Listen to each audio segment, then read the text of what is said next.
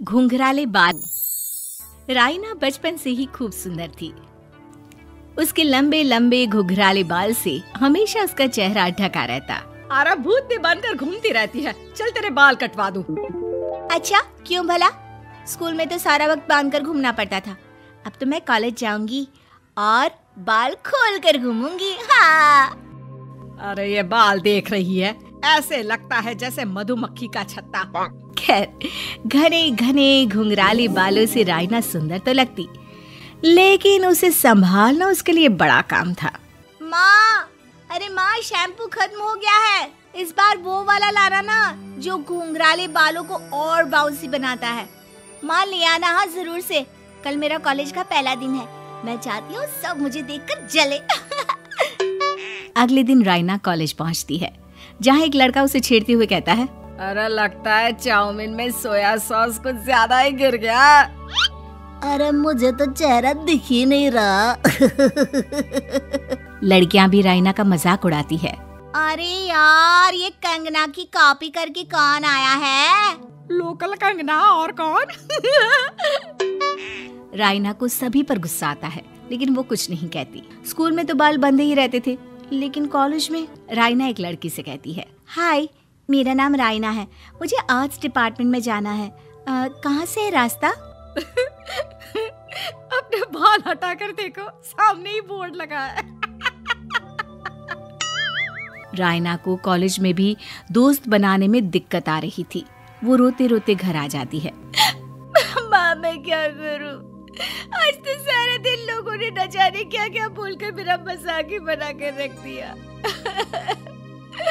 माँ प्लीज कुछ करो ना मेरे बालों का। मैंने तो पहले ही कहा था कटा दे, पर तू। अरे कटाने से क्या होगा, उल्टा जो थोड़े बांध कर ये इन्हें समेट सकती है ना, वो भी नहीं कर पाएगी।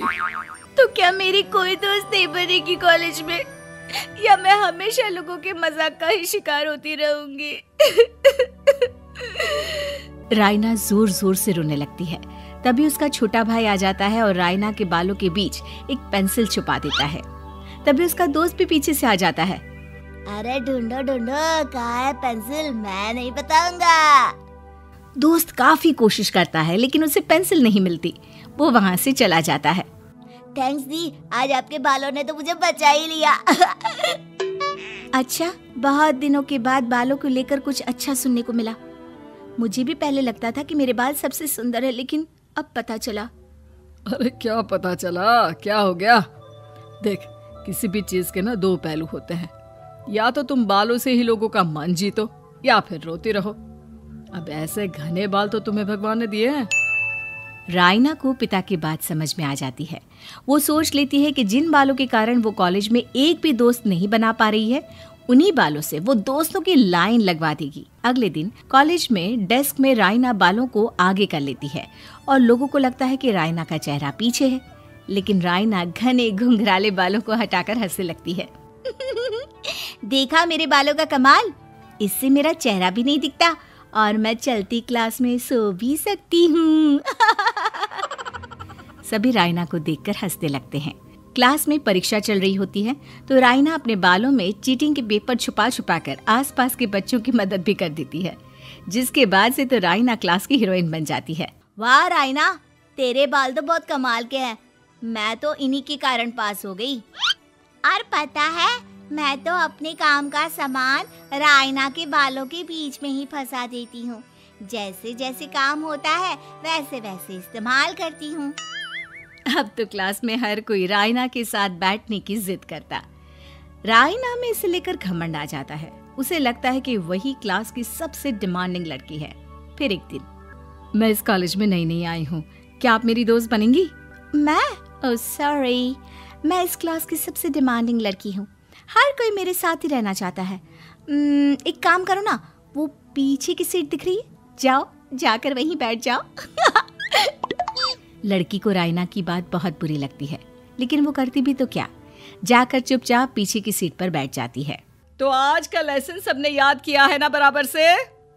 जितनी भी चीटिंग करने वाली लड़कियां थी, वो राइना के पीछे जाकर बैठ जाती है और जोर से चिल्लाती है, जी मैम, मैम, सब कुछ याद है, कहीं से भी पूछ लो, हम तो मास्टर हैं मास्टर। क्यों? ये बोलकर वो रायना के कंधे पर हाथ रख देती हैं। रायना भी खुश होती है कि कॉलेज की सबसे स्मार्ट लड़कियों का ग्रुप उसका दोस्त है। पीछे बैठी वो लड़की देखती है कि कैसे मैडम के सवाल लड़कियां रायना के सर को देखकर दे रही है। शाबाश, मुझे खुशी है कि तुम लोग इतनी अच्छी पढ़ाई करने लगी हो। मैं प्रिंसिपल से कहकर तुम लोगों की स्कॉलरशिप की बात करूंगी, जिससे तुम लोगों के माता पिता का पैसा जो फीस में लग रहा है वो बच जाए। सभी लड़कियां खुश हो जाती हैं। टीचर के जाने के बाद एक लड़की कहती है, गर्ल्स, अब हम लोग ना सिर्फ सबसे स्मार्ट बल्कि सबसे इंटेलिजेंट भी हो गए हैं। इसी बात पर आने वाले संडे को मेरे घर पर पार्टी, सबको आना है, ओके? सभी लड़कियां पार्टी के लिए एक्साइटेड हो जाती हैं। रायना भी। माँ, मेरे कॉलेज की सबसे स्मार्ट लड़की ने पार्टी रखी है संडे को। मैं भी वहाँ सबसे अच्छी दिखना चाहती हूँ, लेकिन ये बाल। घुंघराले बालों का तो कर भी क्या सकती है। तभी उन लोगों की नजर पार्लर के एक इश्तिहार पर पड़ती है जो 3000 रुपए में बाल स्ट्रेट कर रहा था। माँ, मुझे पैसे देना, मैं बाल सीधे करवा कर आती हूँ, संडे को पार्टी में सबसे अच्छी लगूंगी। बस फिर क्या था, अपने घुंघराले बालों को रायना पार्लर जाकर स्ट्रेट यानी कि सीधा करवा लेती है। और फिर पार्टी वाले दिन, हाय गर्ल्स, कैसी लग रही हूँ मैं? ओह नो, शिट, ये क्या करवा लिया बालों का हाल? और जिसके घर पार्टी थी वो लड़की, अरे ये क्या करवा लिया? तुम्हें मालूम नहीं है, जिस बालों में चीटिंग रखकर हम लोग टीचर के अगर इम्प्रेशन जमाते थे, उन बालों को तुमने। अरे हमें तो स्कॉलरशिप भी मिलने वाला था, अब तुमने बाल सीधे करवा लिए, अब तुम हम लोगों के लिए किसी काम की नहीं हो। अरे लेकिन हम दोस्त तो है ना, क्या मैं अच्छी नहीं लग रही हूँ? हमें तेरे अच्छे और बुरे लगने की कोई जरूरत नहीं है। हम लोगों को तेरे बालों से फायदा था, अब वो नहीं है, तो हम तेरे दोस्त भी नहीं है। जाकर बाल वापस घुंघराले करके आ, तभी तो हम लोगों की दोस्त बन सकती है। रायना रोते रोते घर आती है और माँ को सारी बात बता देती है। माँ, ला पैसे दे, मैं बाजार जाकर बाल ठीक करा के आती हूँ। लेकिन माँ, मुझे ये बाल बहुत अच्छे लग रहे हैं, काश ये बाल मैं पहले ही सीधे करवा लेती।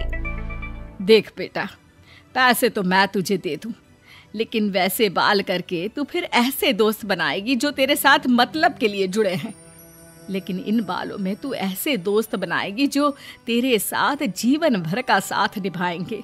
रायना को माँ की बात समझ में आ जाती है।